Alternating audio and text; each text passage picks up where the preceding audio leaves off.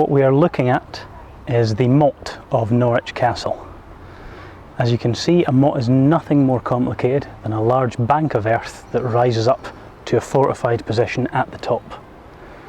This makes it very, very difficult to attack because you're going up a steep hill and the defenders are throwing big rocks and spears and shooting arrows at you and generally doing things to make your life complicated. It's difficult to get up, it is difficult to protect yourself while you're getting up, and if you make it to the top, you're knackered and someone stabs you with a sword. It's a very, very good defensive strategy, and it's something that it doesn't require a lot of specialist labour to build, which is why Motte-and-bailey castles were so very popular in this period. As you can see, on top of the motte is a keep, which is the big square stone bit, and there's a little walled bailey that sits there to this day. Traditionally, the bailey would actually have been off to the left, down in the southeast corner, where the castle mall now sits.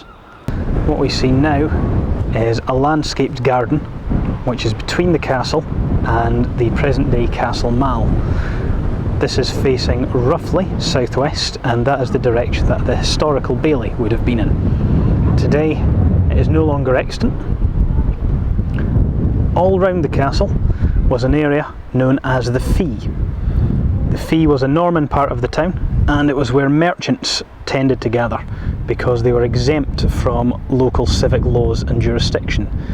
The Fee was directly the property of the crown, and this would create some tensions between the Normans, the Saxons, and particularly the Jews who tended to live in the Fee as moneylenders. But we'll go into that more in another video. Unfortunately, no trace of the medieval bailey survives, and what you do have to keep in mind is that redevelopment throughout the last 1,000 years has meant that the ground level today is significantly higher than it would have been when this was built. So you have to imagine that the ground here was maybe another 6 feet lower than it is today, making the motte even more of an obstacle.